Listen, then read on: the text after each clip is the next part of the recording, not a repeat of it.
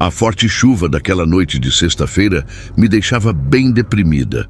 Sentia que a vida estava se fechando para mim. Enfrentava muitos problemas. Já morava sozinha há muito tempo, desde jovem, porque saí de casa por causa de violência familiar. Isso me levou a trabalhar nas ruas.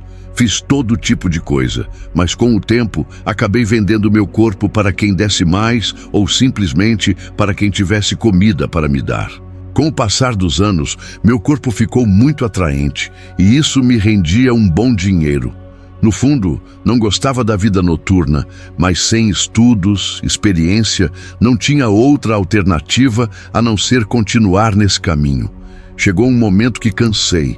Fiquei enojada de receber homens que às vezes nem banho tomavam. Alguns até tentavam me agredir. A vida nesse meio era muito perigosa e eu queria mudar, queria me firmar, focar em algo melhor.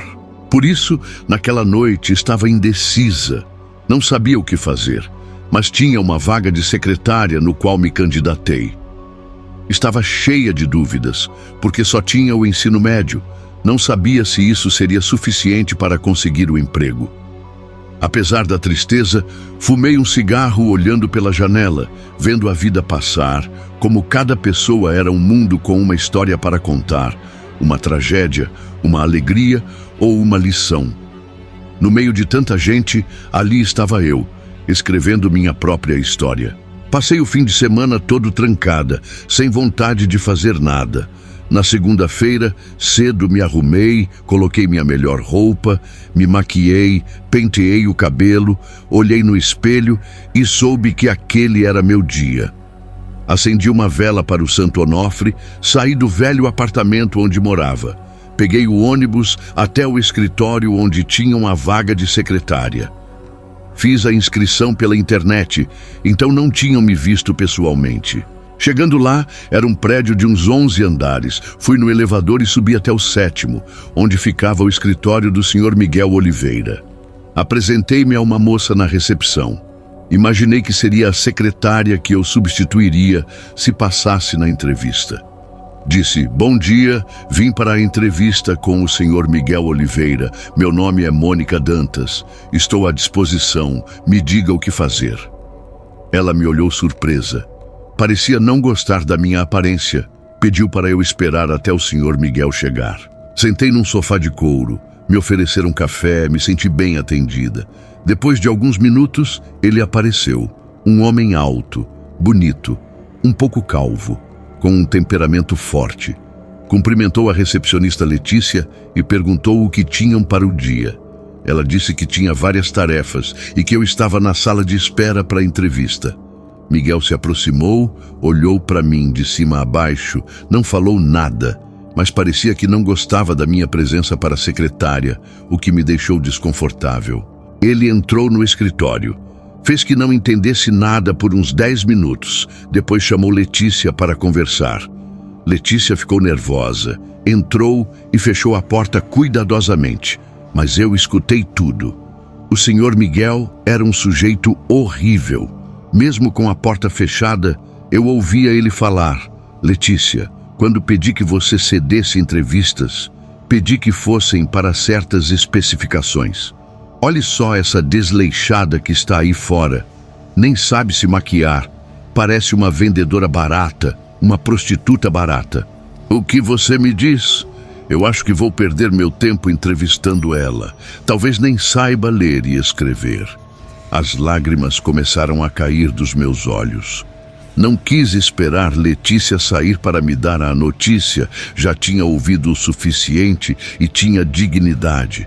Por isso peguei minha bolsa e fui embora. No elevador chorei muito. Percebi que tentar mudar minha vida, fazer as coisas certas, não era para quem nasceu em famílias pobres, na podridão da sociedade. Por isso, naquela manhã, quando cheguei no meu apartamento, decidi continuar no caminho escuro que vinha trilhando, mas queria ir ainda mais fundo. Digo isso porque, de mulher que vendia carícias na rua, agora fui mais longe. Fui a um desses clubes noturnos para homens. Lá pedi autorização e no lugar praticamente já tinha carta branca, tinha a beleza, o estilo e estava disposta a fazer o que fosse necessário para sair da miséria. Para começar, o gerente daquele lugar me pediu um favor especial em troca de me contratar. Já sabe, tive que me entregar, não tive escolha, mas fiz. Pelo menos o cara era bonito e estava bem cheiroso. Posso até dizer que gostei. Eu não sabia dançar muito bem. Algumas das meninas com mais experiência me ensinaram alguns movimentos no pole dance e finalmente fui batizada como Evelyn, que seria meu nome artístico naquele lugar. Comecei a fazer uma amizade muito próxima com uma garota chamada Paola, cujo nome artístico era Diana. Paola virou minha confidente, uma pessoa para quem eu podia contar qualquer coisa, o que era difícil num ambiente tão cheio de inveja. Além de dançar e mostrar meus atributos, eu também precisava me envolver intimamente com os clientes, porque isso rendia mais dinheiro. Apesar de não gostar totalmente, tinha alguns clientes com quem eu até faria por prazer. Foi numa sexta-feira à noite. O clima estava bem animado no clube, os clientes chegavam e lotavam o lugar. De repente vi um grupo de 5 homens, todos muito bem vestidos, pareciam importantes.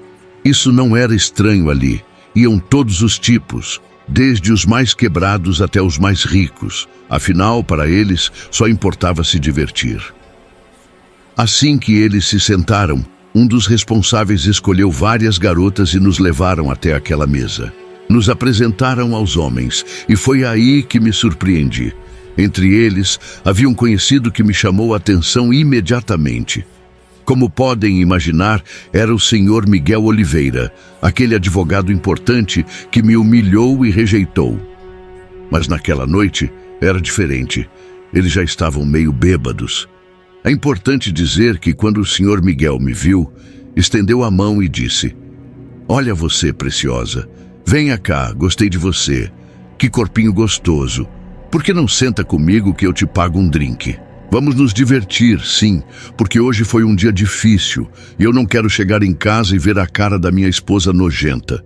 Por isso estou aqui com meus amigos e agora com você. Vamos lá, pessoal, eu pago uma rodada."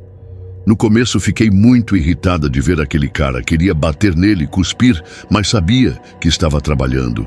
Tinha que ceder. Além disso, o idiota já estava meio bêbado. Era a hora certa para tirar dinheiro e também informação. Fiquei com ele sentada no colo, ele me acariciava, me beijava e me dava bebida na boca. Depois de alguns goles, ele pagou para irmos a um lugar mais privado, ainda dentro do clube noturno. Os amigos dele já estavam com outras garotas. Enquanto isso, eu ia conhecer do que aquele senhor Miguel era feito. Entramos no quarto, tínhamos meia hora para fazer o que quiséssemos. Embora eu não estivesse muito animada para me envolver com aquele pedaço de bosta, era meu trabalho, tinha que fazer. Ficamos um tempo bebendo e fumando alguns cigarros, quando ele me pediu para tirar a roupa. Fiz isso ao ritmo da música que tocava ao fundo. O cara entrou no clima rapidamente, ficou bastante animado. Fiquei surpresa e naquele momento quis mostrar o quanto a tal desleixada, essa vendedora barata, como ele me chamou, era capaz. Deitada, sentei sobre ele que já estava firme e pronto. Comecei a me mexer, acariciá-lo, beijá-lo. Ele estava gostando, me segurava pela cintura e fazia seus movimentos. De repente, mudou as posições e fez muitas coisas que me surpreenderam. Gostei de verdade, mas ele não deixava de ser um patife. Finalmente ele terminou, ficamos deitados uns 5 minutos, que era o tempo que restava. O segurança avisou que era hora de sair. Voltamos para a mesa para continuar bebendo. Os amigos dele estavam em outros quartos com outras garotas, então tivemos um momento breve juntos para conversar. Ele disse: "Você me surpreendeu muito, Evelyn. Gostei de você. Faz tempo que não venho a um lugar desses e hoje te agradeço pela noite. Vou te dar uma gorjeta, desde que da próxima vez que eu voltar você esteja disponível para mim, tudo bem?" Eu disse que sim, só para não contrariar, porque sabia que ele não voltaria. Eu trabalhava ali há tempo e nunca o tinha visto assim, então as chances dele voltar eram nulas. No pouco tempo que conversamos antes dele ir embora, o Sr. Miguel me contou que era diretor de vários escritórios de advocacia. Representava aquela empresa, mas não era o dono total. Havia mais 4. Isso mostrava que ele era muito poderoso e rico, um homem influente. Quando a noite acabou, ele foi embora e eu fiquei pensando como poderia usar essas cartas a meu favor. Precisava conquistar esse homem, encantá-lo, dar o que ele quisesse para tirar mais dinheiro dele, tirar proveito, como vingança pela humilhação que ele me fez. Mas passaram semanas, quase 3 meses, e o Sr. Miguel não voltou. Comecei a ficar desesperada. Sabia que o dinheiro que ele pagava podia vir de outro cliente, mas eu o queria de outra forma. Não queria me apaixonar, só tirar dinheiro e benefícios. Contei tudo para minha amiga Paola, falei sobre o Sr. Miguel, como ele me humilhou e como eu queria vingança, agir contra ele para tirar muito dinheiro. Ele seria minha saída daquele mundo perturbador. Paola disse: Evelyn, o que posso te dizer? Imagino que esse homem deve ter uma esposa muito bonita, por isso ele quase não vem. Deve ser bem cuidado em casa, então melhor esquecer essa ideia. Mas se você não desistir, existe um jeito um pouco fora do comum, que pode funcionar, mas não é garantido. Se você quiser, eu posso ajudar, porque entendo muito disso. Me refiro a bruxaria, magia negra e trabalhos de feitiçaria poderosos.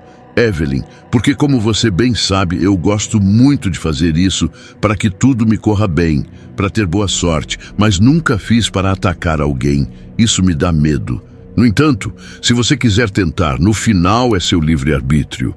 Eu só mostro o caminho. A você cabe trilhá-lo. Eu dei risada no começo do que a Paola me dizia, embora ela tivesse a cara séria. Para mim, aquilo parecia um jogo de meninas. Como assim bruxaria, Paola? Isso parece coisa de filme. Não acredito que vá funcionar. Imagino que só perderíamos tempo. Mas como você é minha amiga e está falando sério, eu vou acreditar em você. Então vamos tentar. Afinal, nada se perde. Só me diga o que e o que precisamos. Eu fiz um corre junto com a Paola e assim nos reunimos numa madrugada de lua cheia para começar aquele ritual.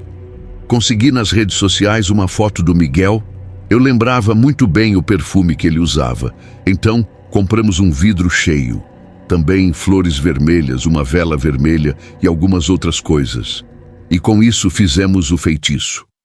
Paola tinha um livro de bruxaria que dava as instruções precisas para realizar aquela amarração de amor. Imprimimos uma foto minha também. E com isso minha amiga foi preparando tudo. Fez uma espécie de oração e depois colocou todas as coisas numa caixinha, selou bem com uma fita vermelha, colocou o perfume que Miguel usava e depois guardamos bem na minha sala.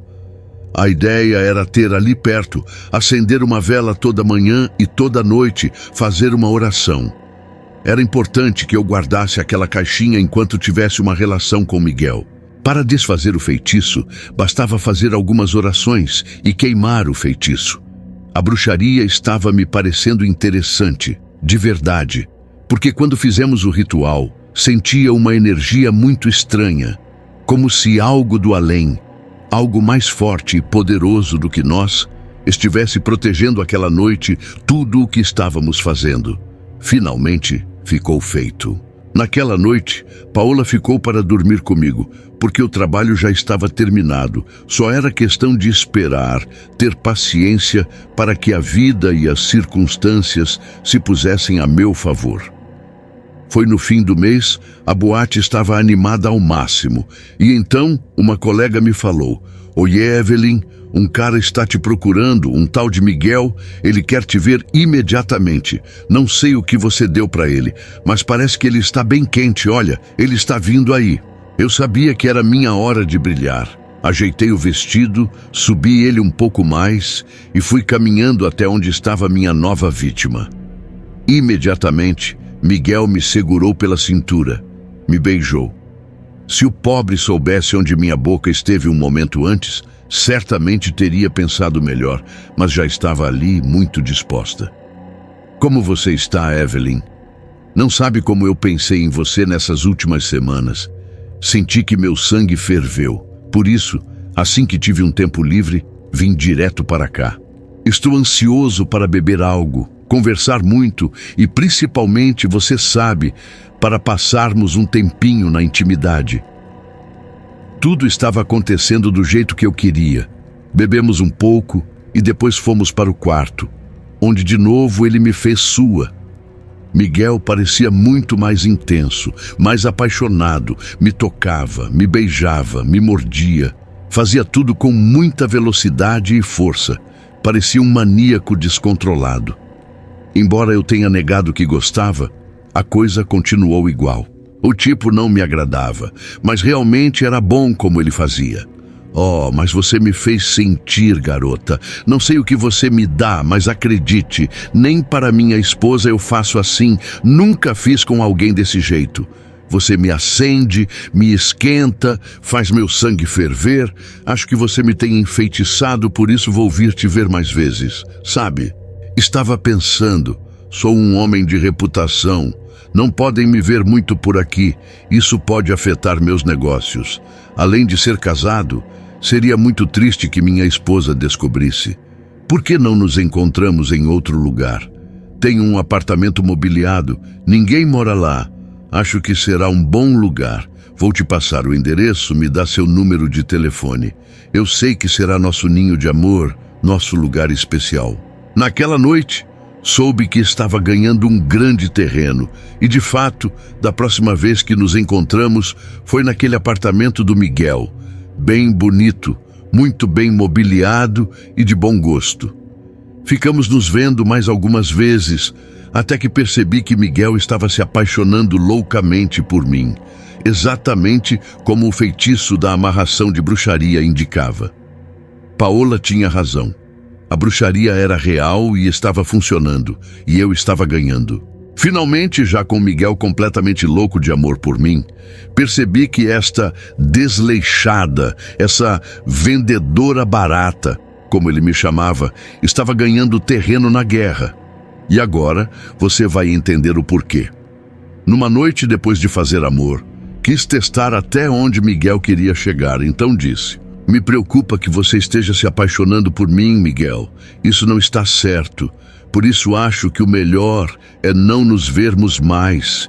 Porque se eu me apaixonar por você, acredite, tudo estará perdido. Você teria que se divorciar e me dar satisfação por isso. Então é um bom momento, por favor, vamos deixar isso em paz." Miguel agiu como uma criança assustada, como quando tiram um brinquedo. "Não, minha vida, Evelyn, não me diga isso. Olha, posso fazer muitas coisas por você como prova do meu amor. Por enquanto, vou te dar este apartamento, vou comprar um carro, mas por favor não me deixe. Vou te dar dinheiro todo mês, só preciso de tempo para me divorciar, preciso resolver algumas coisas, mas acredite, eu estou disposto a me casar com você, a te dar tudo de mim." Naquele momento, eu soube que era algo muito bom, então não tive escolha senão aceitar a proposta. "Bom, minha vida, já que sei que você está falando sério comigo, já posso começar a te dar esses mimos que você quer. Ponha tudo o que quiser no meu nome, porque no fim das contas, quando eu for sua esposa, todas as suas coisas também serão minhas." Assim, aquele apartamento passou para as minhas mãos, assim como um carro. Miguel começou a me depositar dinheiro a cada 2 semanas. Para mim, aquilo era como ganhar na loteria. Tudo graças à bruxaria, à amarração de amor e também à confiança da minha amiga Paola. Com ela, compartilhei parte do dinheiro, dei algo em agradecimento pelo trabalho que ela fez por mim, mas ela não quis aceitar. Ela me disse que bruxaria é algo muito delicado e que eu deveria tomar cuidado com a forma como usava esses recursos. Eu disse para Paola que estava tudo sob controle, que ela não precisava se preocupar. Passei quase 1 ano assim, juntei uma boa quantia no banco, decorei o apartamento do meu jeito, o carro então, nem se fala, era maravilhoso. Eu vivia como uma rainha. Não trabalhava mais naquele centro noturno, porque agora eu era apenas a mulher de Miguel, aquele homem que me humilhou, mas que agora me sustentava. Eu o controlava como se fosse meu cachorro. Uma manhã, estava no apartamento, era domingo bem cedo. Miguel havia dormido comigo, não tinha ido para casa, e isso desencadeou algo que eu não esperava. Alguém bateu na porta, e quando abri, vi uma mulher de uns 40 anos. Miguel era um homem maduro, devia ter uns 45 mais ou menos. Aquela mulher, assim que me viu, me deu um tapa e disse: "Então você é a vadia que está se enrolando com meu marido. Olha só, ele está te sustentando muito bem. Entre todas as amantes dele, você é quem mais tirou dinheiro. Não sei o que você faz com ele e nem quero imaginar, mas você tem feito bem. Eu não vim brigar, vim te dizer que agora é tudo seu. Eu vou pedir o divórcio para Miguel e vou sair do caminho." Então, bem-vinda à vida de mulher rica. Aproveite porque, acredite, no final, dinheiro não é tudo. Pode ter o bolso cheio, os melhores maquiagens, viagens, tudo o que quiser. Mas se você focar só nisso, seu coração vai ficar completamente vazio e você vai querer morrer.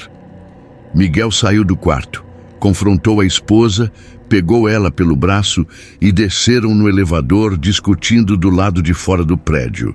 Miguel não voltou mais. Ele me ligou e disse que ia resolver a situação. E eu só podia esperar que ele se divorciasse para que fosse só meu. Quando ele ficou livre, meses depois, Miguel me pediu em casamento. A amarração da bruxaria estava funcionando e tudo estava perfeito para mim. Com a data marcada, comecei a ficar muito nervosa. Sentia a necessidade de ficar ainda mais bonita, mais refinada. Embora a ex-esposa dele fosse um pouco mais velha, era bonita, dava para ver que na juventude foi uma mulher deslumbrante. Eu precisava fazer mais que isso. Sentia inveja e medo de que Miguel se cansasse de mim um dia, e que mesmo com a bruxaria forte, ele voltasse para a ex, ou encontrasse outra mulher fácil, ou uma muito mais bonita. Isso me levou a tomar uma decisão que jamais pensei que tomaria. Contando o dinheiro que tinha na conta, percebi que tinha bastante, muito, o suficiente para fazer uma transformação, dar uma melhorada no rosto, injetar um pouco nos lábios, arrumar os olhos, os dentes, o que fosse necessário para ficar mais bonita no dia do meu casamento. Eu não sabia quais médicos poderiam me ajudar, então perguntei para minha amiga Paola. Ela investigou com as meninas do centro noturno e conseguiu um diretório de médicos que poderiam ajudar. Quando comecei a ligar e pedir orçamentos, era muito caro. Eu não imaginava que teria que gastar tudo isso só para ficar um pouco mais bonita. Mas o medo de perder Miguel me fez decidir gastar. Mas não seria burra para pagar pelo mais caro. Pelo contrário, escolhi o mais barato. Assim matava 2 coelhos com uma cajadada só. Ficava mais bonita e ainda guardava muito dinheiro na conta. Estava tudo certo. Eu iria para a cirurgia, um tratamento rejuvenescedor no rosto. Eu tinha uns 27 anos na época e, embora reconhecesse que não precisava, mesmo assim decidi fazer. Mas aquilo me fez perceber que quando se usa bruxaria, às vezes pensa-se que tudo vai ser cor-de-rosa, que é só ganhar e ganhar. Mas o que ninguém conta é que quando se faz mal aos outros, a lei do karma sempre age. Ela não pode ser quebrada por nada. E por ter destruído um casamento, uma família, algo tinha que pagar. E paguei caro. Entrei no centro cirúrgico, fiquei lá por algumas horas, iam retocar meus lábios, maçãs do rosto e injetar substâncias para rejuvenescer ainda mais. Eu não sabia nada do assunto, praticamente me submeti ao tratamento às cegas. Queria surpreender Miguel e, para ser honesta, também queria me sentir como aquelas artistas que fazem seus retoques e transformações e permanecem jovens até a idade bem avançada. Mas o que eu não esperava era que as coisas dariam errado. Depois de várias horas sob anestesia, finalmente acordei. O médico estava verificando o que haviam feito e parecia preocupado. Eu mal conseguia mover a boca e o que eu dizia não era compreensível. Mas ao perceber que eu já estava consciente, ele me disse que eu deveria ir para casa descansar, que não deveria tirar os curativos até depois de certo tempo, e que quando fizesse isso, veria os resultados. Meu rosto pareceria muito mais jovem e bonito e eu estaria pronta para dominar o mundo. Eu me sentia um pouco confusa, mas feliz. Era hora de pagar o restante da cirurgia. Eu não tinha dinheiro em espécie, mas estava com um dos cartões do Miguel, que aparentemente era conhecido do cirurgião. Ele me perguntou se eu conhecia o Miguel. Eu disse que sim, que ele ia ser meu marido, que íamos nos casar. O sujeito ficou pálido, como se conhecesse muito bem o Miguel. Depois disse que ele era alguém muito conhecido, uma figura importante no mundo das leis. Não quis me dizer mais nada. Fez a cobrança e me entregou os recibos. Em seguida, chamou um táxi para mim e fui para o apartamento. Fiquei de repouso o tempo necessário. Durante esse tempo, falei para o Miguel não me ver, porque eu estava preparando uma surpresa. Ele, mesmo impaciente, aceitou. Finalmente, quando chegou o dia, fiquei de pé diante do espelho e retirei as faixas. Juro que não podia acreditar no que via. Eu não conseguia me reconhecer. E não era porque eu estava mais bonita, era o contrário. A cirurgia me deixou horrível, como um monstro. Meu rosto estava inchado e aquilo não parecia mais um inchaço comum de inflamação. Era o volume natural que ele tinha adquirido. Me senti horrível, feia. Muito feia. Comecei a chorar. Toquei meu rosto e não me restou outra opção senão pegar o celular e ligar para o cirurgião. A ligação não completava e ia direto para a caixa postal. Depois de tentar várias vezes, percebi que o infeliz havia fugido. Eu não sabia o que fazer. Não queria nem sair na rua, que ninguém me visse. Estava desesperada. E sabia que assim que o Miguel me visse, não importava quão forte fosse o feitiço que eu tinha feito, ele sairia correndo. Sabia também que não podia me esconder dele. Finalmente, quando chegou o dia em que ele veio me ver, se surpreendeu com o que estava acontecendo. Ao contrário do que imaginei, ele não fugiu. Ele me abraçou e disse que estava preocupado, que ia encontrar um cirurgião para reverter o dano, que usaria suas influências para encontrar aquele desgraçado e colocá-lo na cadeia. Me preocupava o que o Miguel dizia. Como ele podia querer ficar comigo assim? Me dei conta de que a bruxaria o tinha dominado. Ele seria mais fiel e leal a mim do que um cachorro. Mas a verdade é que eu já não era feliz, já não queria aquela vida. Não queria estar com ele, sentia vergonha, não queria que ele fosse humilhado pelos amigos por estar comigo. Porque por mais que eu tenha odiado ele no começo, percebi que o que eu estava passando estava amolecendo meu coração, me fazendo enxergar a realidade. Sabia que era o momento de me retirar. Já não queria uma vida com ele porque não estava feliz com o que me tornei. Isso me levou a destruir o feitiço de amarração para acabar com o encantamento. Pedi ao Miguel que não nos casássemos, que eu não queria mais estar com ele. Disse que não era feliz, que tinha me tornado um monstro. Chorava todas as noites. E embora ele tenha insistido muito no começo, quando o feitiço se quebrou, o Miguel também foi embora com dignidade. Devolvi o apartamento, o carro, só fiquei com o dinheiro porque precisava recomeçar a vida.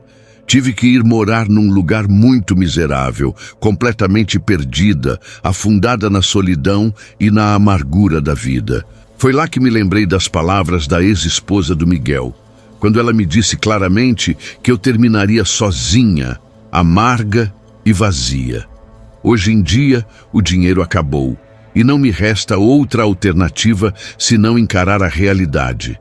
As pessoas me colocam apelidos, falam coisas horríveis, mas eu preciso sair e buscar o pão de cada dia.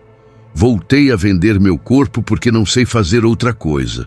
Acredite, mesmo nessas condições, existem pessoas com gostos estranhos e fetiches perturbadores que acabam me pagando como se eu ainda fosse uma moça bonita. Isso não me faz feliz, porque sei que só os mais loucos e perturbados são os que me escolhem. Alguns chegam a ser violentos, já me ameaçaram de morte. Mesmo assim, tenho que suportar esses riscos, porque é a única forma que encontrei de sobreviver. Sinto falta dos meus melhores tempos, da minha amiga Paola, do Miguel. Joguei tudo fora. No entanto, percebi que minha vaidade era mais forte do que qualquer coisa. Queria ser perfeita e acabei sendo o contrário. Paguei o karma da bruxaria. Paguei o preço mais alto. Não há mais o que dizer. Fui a única culpada por tudo que estou vivendo até agora. E como hoje estou mais velha, sei que vai chegar um momento em que meu corpo não vai mais servir para viver, e então vou morrer de fome ou pedir esmola para quem, por pena, jogar uma moeda. Mas eu não quero chegar a esse ponto. Prefiro que a vida me leve, ou eu mesma vou me tirar desse mundo, porque não quero sofrer as piores consequências de tudo que causei por ter brincado e usado de forma errada a bruxaria.